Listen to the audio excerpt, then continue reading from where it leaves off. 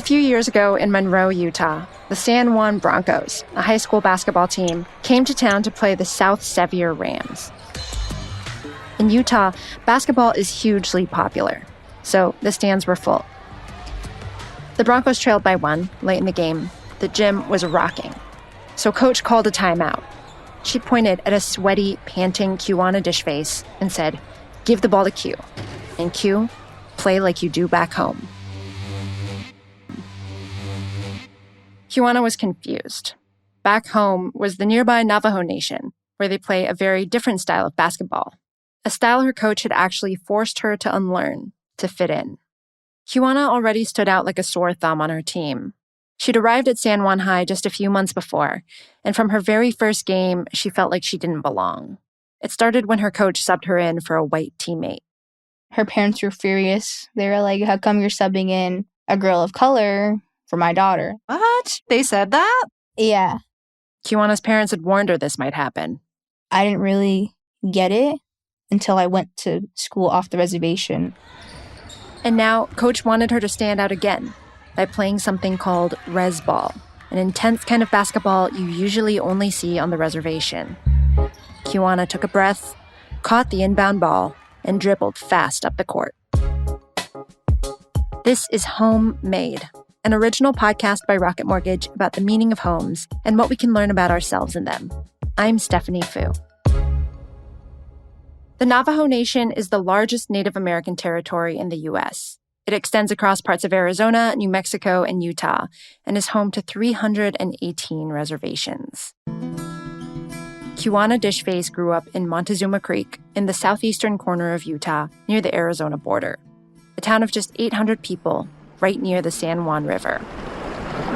You see sagebrush, you see tumbleweeds, you might even see a coyote, an eagle. We're the guests there. The animals are there, and that's their home, and we're just welcomed in it.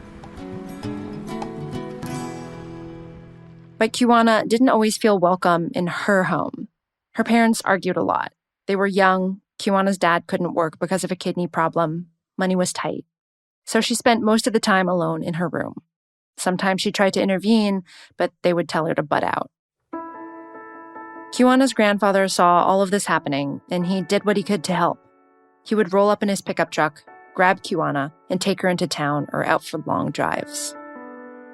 He was really the person who I went to for comfort, and he's a person that I really trusted. What was it about your grandfather that felt safe? Honestly, just his presence, just me knowing that he's there. He mostly spoke Navajo, and then the words that he said to me in Navajo really just warmed my heart and made me feel like I was safe with him. What was the favorite thing you would love to hear from him that made you feel special? He always used to say, "Ayoy ninchne shiaj," meaning I love you, like my child, my baby.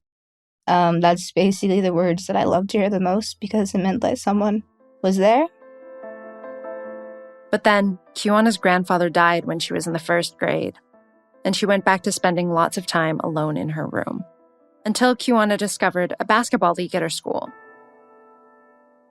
Before that, when she was really young, she would jump the fence and play in the playground. Everyone did, her whole family and her friends. She could barely throw a ball up to the rim. It was fun and casual, something she calls family games. But this league was real basketball. Quiana went around to the adults in her life, parents, grandparents, aunts, and cobbled together the $50 or so for the jersey and the enrollment fee. And then she went to her first official practice at the school gym, which wasn't really a gym. It was the cafeteria with the lunch tables cleared off and a couple of nets. This is where Quiana learned to play. They taught me fouling, they taught me how to dribble, how to run and dribble, how to pass. And how did it feel to be learning all of this? I remember just having adrenaline rushing through my veins, and I remember just hearing my own breath and feeling my own heartbeat. I don't know, it was just really fun, and having my friends there with me playing the same game. Yeah. Did you feel like you belonged right away? Yeah. Once I picked up a basketball and once I realized that it's something that I want to do, it felt like my new safe zone, my new place, my new home. The basketball Quiana learned isn't typical. The kids on your local basketball court most likely don't play this way. Most professionals don't either. This was Resball. Resball is run and gun, flashy basketball. You have to be sneaky. You have to be fast. Resball is known for its improvisation, acrobatic style, barely controlled chaos. And then the flashy part of it is where you do all these crazy moves in order just to get one shot. If you dribble too much, there's a chance where the ball's going to get stolen because the defenders are just as fast as you. So you drive hard and shoot really quickly from anywhere. Unlike the emphasis on team play in the NBA or WNBA, individual play is the focus. Everyone's doing their own thing. Quiana says that on the reservation, boys and girls often play together, and she told me in some ways, women are better at the game. And there's definitely a different side of Resball with the women. It's obviously the same game, but I think that we're a little more aggressive than they are. More aggressive? We're more aggressive than they are. And we're more sneaky than they are, too. We're obviously a lot smaller, so we have to figure out more ways to get around defenders and to shoot the ball. Right. And it takes more strategy rather than strength. Before it was ever called Resball, Native women played basketball on the reservation. In the late 1800s, when modern basketball was created, a Native woman named Josephine Langley taught Native girls in Montana and Idaho how to play. That spread to many other nations in Kansas and Oregon, and while Native people suffered racism off the court, they dominated on the basketball court. The Fort Shaw women's team from Montana became world champions at the St. Louis World's Fair in 1904. And in 1997, Reineldi Becenti became the first Native American woman to play in the WNBA. Many others followed. Resball has received a lot of media coverage lately. Big newspaper features, documentaries, TV shows, and books. But Quiana didn't know anything about all that when she played in elementary school. She just knew she liked how the game made her feel.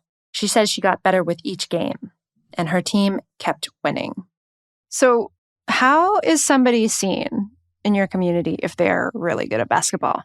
They are seen as role models to many, many kids. Maybe to some, even like a superhero. Even as a young kid, Quiana became one of those role models. Everyone in town knew about her skills. They stopped her in the street to give her love or ask for the team's schedule. Or, hey, I'm coming to your game. Do you need anything? Do you need any water? Yeah, it definitely gave me a boost of confidence and made me realize that I'm playing this game for more than just me now. I'm playing for other people to watch. I'm playing for other people to see me succeed. Playing for a lot of people. Quiana says the whole community turned out for games. People who worked at the gas station in the school, neighbors, her parents, other kids' parents, everyone she knew cheering them on. I love that. Everybody coming out for an elementary school game. They must have thought you guys were so cute. Who plays basketball on the reservation? Everybody. Everybody does. Why basketball more than any other game, do you think? I think it's part of the media. Like you see Stephen Curry, Kyrie Irving. And so everybody on the reservation are kind of like dreamers. You're like, one day I'm going to be that guy. Or you even dream for somebody else. Like, yeah, they have potential. One day that's going to be them. When she was a kid, Quiana started following the WNBA. Star players like Skylar Diggins and Diana Taurasi. And then she came across the Schimmel sisters.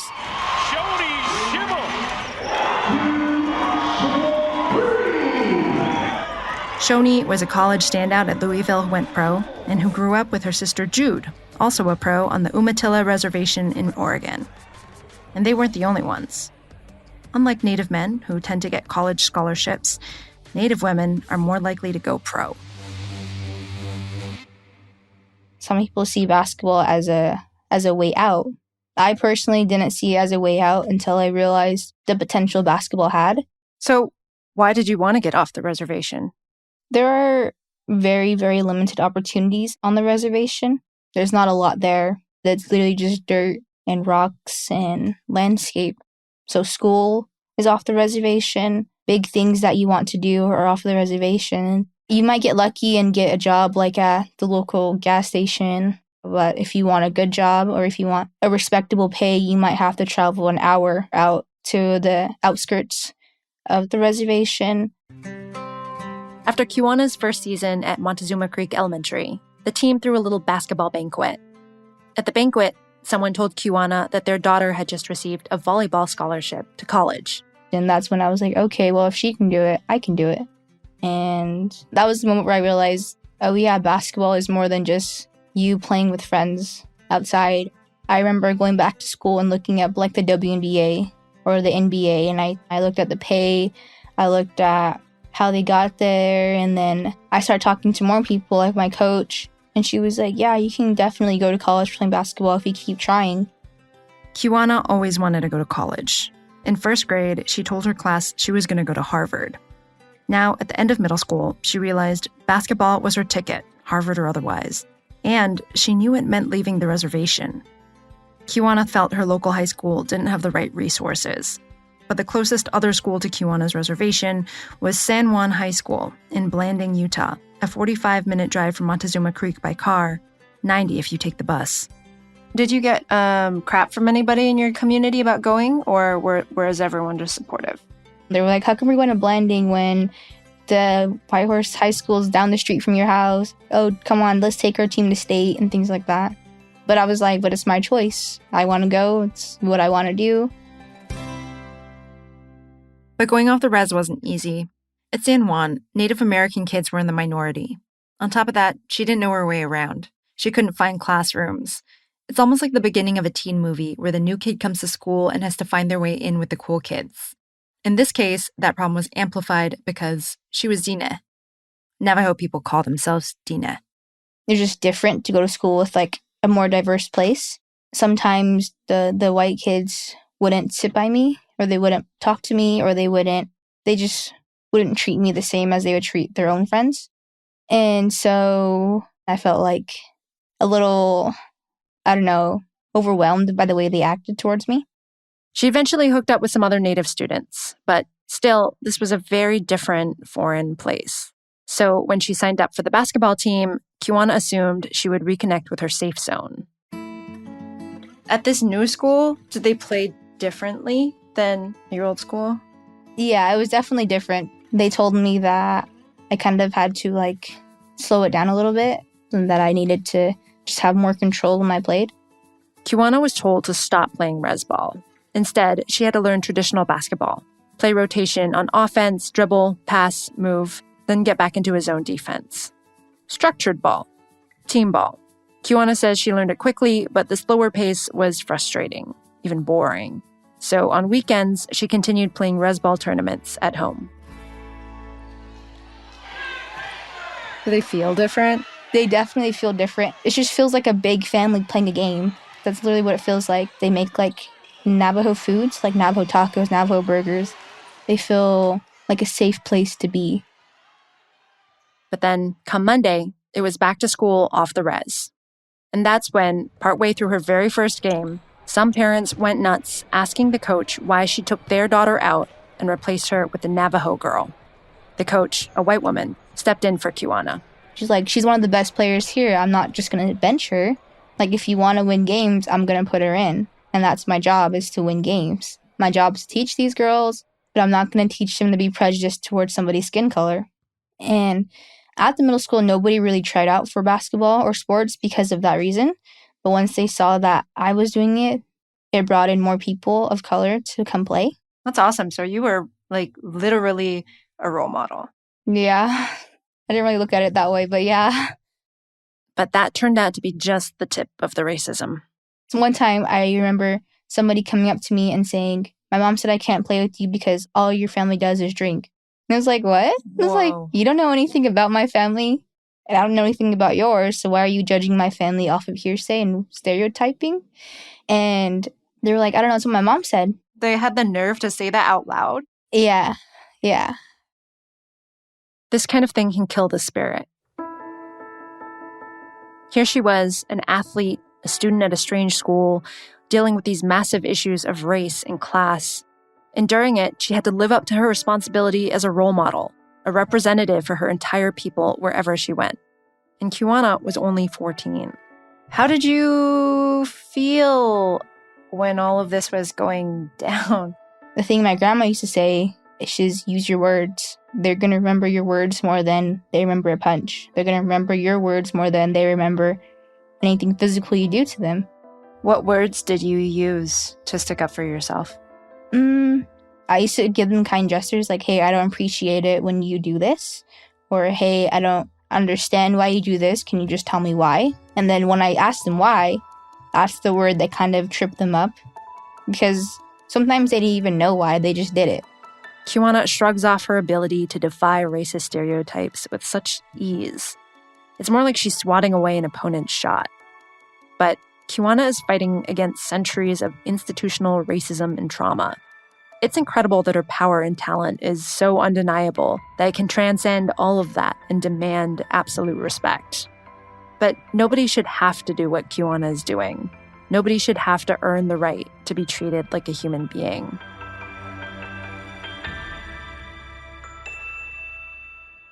Further into the season, the San Juan Broncos were in Monroe playing that game against South Sevier High School.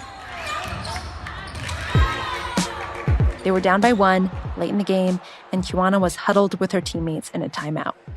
My coach looked at me and she was like, "Hey, I want you guys to give the ball to Q." And I looked at her and I was like, "What do you what do you mean?"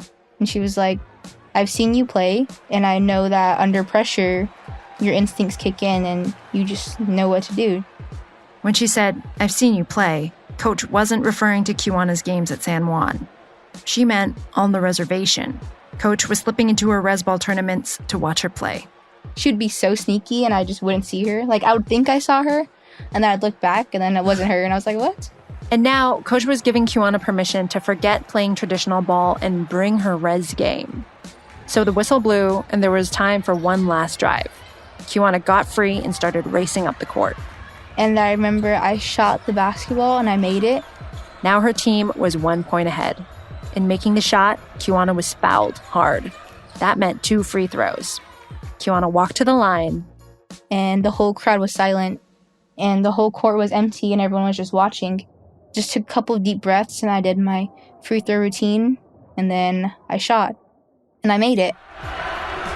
And I ended up making both of them. And then I remember the whole crowd was screaming. My bench was cheering. My parents were cheering. And the buzzer rang. And then we ended up winning the game. Quiana was a superhero. I think I was one of the key moments or the key person that helped change the perspective of the community, because I know a lot of people, they didn't like Native Americans. But then as I started to excel more in basketball and school, and they saw my name in the newspaper sometimes, I got the whole community supporting me. And I definitely could see the change from when I first went there to when I left and to this day. Did some of the parents take back what they said? Did you get apologies? What happened? I never actually got an apology, but my grandma also said that actions tell more than words. So they used to buy me Gatorade before games. They used to invite me into their homes. Who? The white parents? Yeah, the parents. And that's when I realized, oh, they are changed. They aren't the person that said those things to me before. What about, that's a great example from a white person. Do you have an example from a Native person who's younger than you, or whoever who's coming up and saying, you changed something big for me? So my 8th grade year, there was her name's Serena Williams, and then wow. I know. That's her name. Her name's Serena Williams, and then my other friend is Brittany Lansing. I was a junior in high school, and they were freshmen, and they actually came talk to me, and they were like, "You know what, Q? Thank you." And I was like, "For what?" And they're like, "You changed basketball at the middle school." She's like, "Now anyone can try out, and anyone can go, and then people actually come to our games." And I was like, "Oh, that's cool." And I just told them that if they want to do something, what's holding them back anyways? Quiana went on to be a standout at San Juan High, playing regular ball but holding a bit of res ball in reserve for clutch moments. Scouts came to watch Quiana play at both the high school and on the res. More than a few. And they offered her scholarships to leave home for real. And so when you decided that, what was the conversation with your family like? It's actually really sweet and simple. It was like, if you want to go, go. The home is always going to be here. And just don't get homesick, because we're always going to be here and nothing's going to change. That's really sweet. She was successfully recruited by Springfield Technical Community College, an hour away from Boston and a long, long way from Utah. When I was younger, I remember telling myself that if I get the opportunity, I'm going to go to the one that's farthest away from home. Really? Why? I just wanted to see what the world was like. I wanted to travel to see just different things that I'm not used to seeing. If I'm far from home and I get used to it, I won't miss home as much. Have you gotten homesick? Not really. Quiana's first season at college started in the fall of 2021. When I spoke to her, she was just settling into a house she was sharing with 7 other teammates. And so this is like my part of the bed. And then this is just like all my shoes. I have a lot. And then I'm still getting a wardrobe, so I just use a shelf for now. The shoes are in a place of honor. She hadn't yet visited the Basketball Hall of Fame, which just so happens to be in Springfield. Nice shot. On the court, Quiana's making an impact right away. Oh, layups. Left hand reverse. She was named co-captain as a freshman. Jumper! Oh, shoot. The coach was impressed with her leadership skills and diplomatic abilities. He says she'll be a good influence on all of the student athletes at the school. And Quiana is playing more of that res ball style that she did at San Juan. Be competitive, play good defense, box out, outlet pass, go to the basket. My coach realized it, and he was like, you know what, I want to keep doing what you're doing. And I said, okay, like I'll keep doing it. Okay, all right. Take a break. I felt like that it's just bringing something from home and showing people here what it is. And my coach actually right now is asking me, he's like, do you know any other basketball girls down there that are good? Because I want to recruit them. There you are, you're opening the door again. Yeah, I can think of a couple off the top of my head right now. And he was like, yeah, it's an untouched place and nobody really knows. What do you think your grandpa would think about you and everything you've accomplished? I think he's definitely proud. He's someone that always prayed for me to be this way. He's someone that always really wanted me to move mountains and be who I am. So I think all those prayers that he said are finally coming true, and they're helping me to this day. If you could imagine him saying something to you now, what do you think he would say? I think he'd just tell me to keep moving forward, to keep pursuing what I want to pursue, and just keep pushing. And he's just always going to be there behind me to help me. While she plays for Springfield, Quiana dreams of moving to an NCAA Division I school where the game is tougher, then maybe the WNBA. If that doesn't happen, she has another dream, to run her own aquarium. Her degree's in marine biology, and she wants to teach people to respect and protect marine life in the same way she was taught to respect wildlife back home on the res. It's a big ask, but I've got no doubt that she'll be able to convince people to do it. That seems to be Quiana's real talent, after all, carving out space and attention for the more vulnerable and leading the way for the next generation.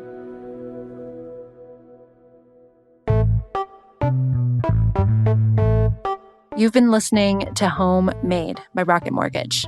My name is Stephanie Fu. You can reach us at rocketmortgage.com/homemade. Thanks for listening.